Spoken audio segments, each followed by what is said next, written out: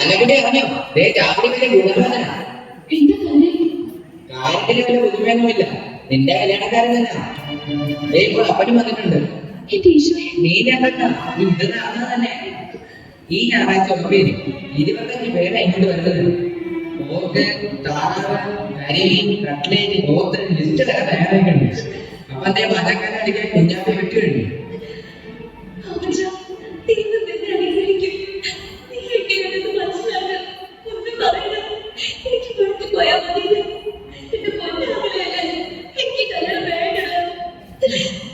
എന്റെ അമ്മയുടെ സ്വഭാവം എനിക്ക് അറിയില്ല. മുളയ്ക്ക് വേണ്ടി പൈലൊക്കെ അതായത് എന്റെ അപ്പം പോലും 5 കോല അങ്ങനെ വർത്താനം പറയും. പിന്നെ ആയി കറിവേപ്പില. നീ ഇവിടുത്തെ രാജകുമാരിയല്ലേ? നീ തന്നെ എന്റെ കാര്യപടി എന്നെ വിട്ടുകളാവുന്നേ.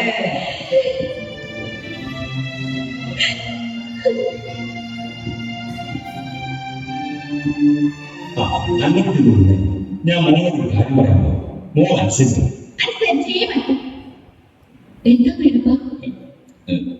മോൻ സ്കൂളിൽ പോകണ്ട.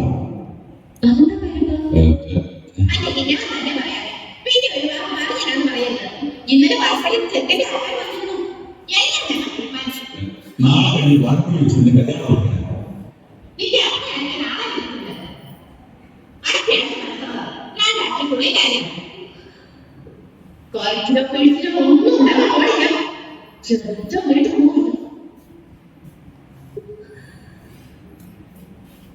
അത്രയും അടുപ്പിച്ച് പറയുന്നത്.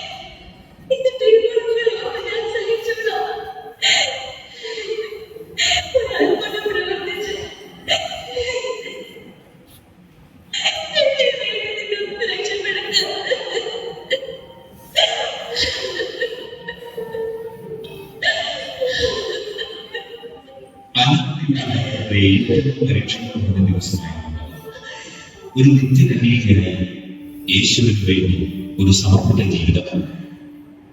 കുഞ്ഞുനാളിലെ ആഗ്രഹം ഇതാ മറ്റുടയാൻ പോകുന്നു.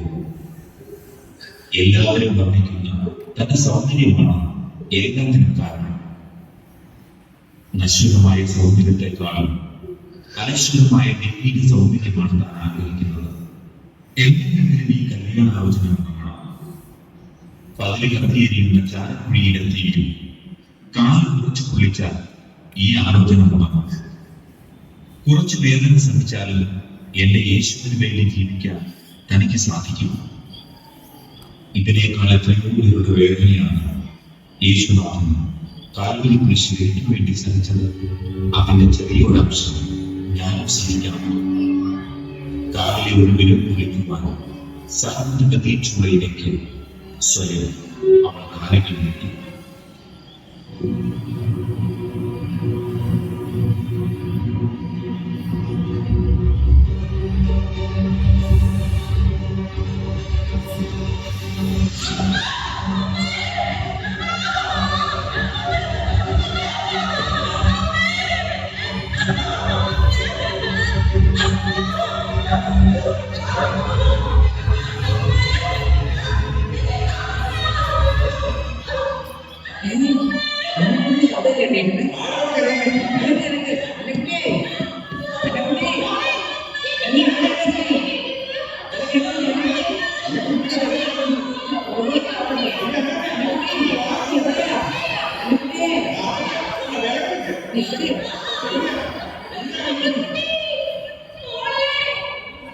അങ്ങനെ അഗ്നിയിൽ സുണം ചെയ്ത കന്യാത്വം തമ്പുരാന് സമർപ്പിക്കാനായി അന്നക്കുട്ടി 1927 പെന്തക്കോസ്ത് ദിനത്തിൽ ഭരണങ്ങാനത്തെ കാലഘട്ടത്തിൽ ചേർന്നു. 1930 മെയ് 19 സഭാവസ്ത്രം സ്വീകരിക്കുകയും ആഗസ്റ്റ് 12 1936 നിത്യവ്രത വാഗ്ദാനം നടത്തുകയും ചെയ്തു. 1946 ജൂലൈ 28 ദൈവസന്നിധിയിൽ വിലയം പ്രാപിച്ച അൽഫോൻസാമ്മ 1984 ധന്യയാവുകയും 1986 ഫെബ്രുവരി 8 കോട്ടയത്ത് വെച്ച് പരിശുദ്ധ പിതാവ് ജോൺ പോൾ രണ്ടാമൻ മാർപ്പാപ്പ വാഴ്ത്തപ്പെട്ടവരായി പ്രഖ്യാപിക്കുകയും ചെയ്തു. 2008 ഒക്ടോബർ 12 പരിശുദ്ധ പിതാവ് ബെനഡിക്ട് 16 മാർപ്പാപ്പ അൽഫോൻസാമ്മയെ വിശുദ്ധിയുടെ സഹന തേജസ്സായി ഉയർത്തി.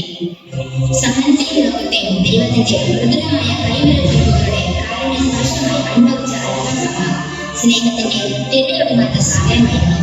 ആ സഹനത്തിന്റെ മാലാഖ നമ്മുടെ ജീവിതപാതയിൽ എന്നും വെളിച്ചം പകർത്തി.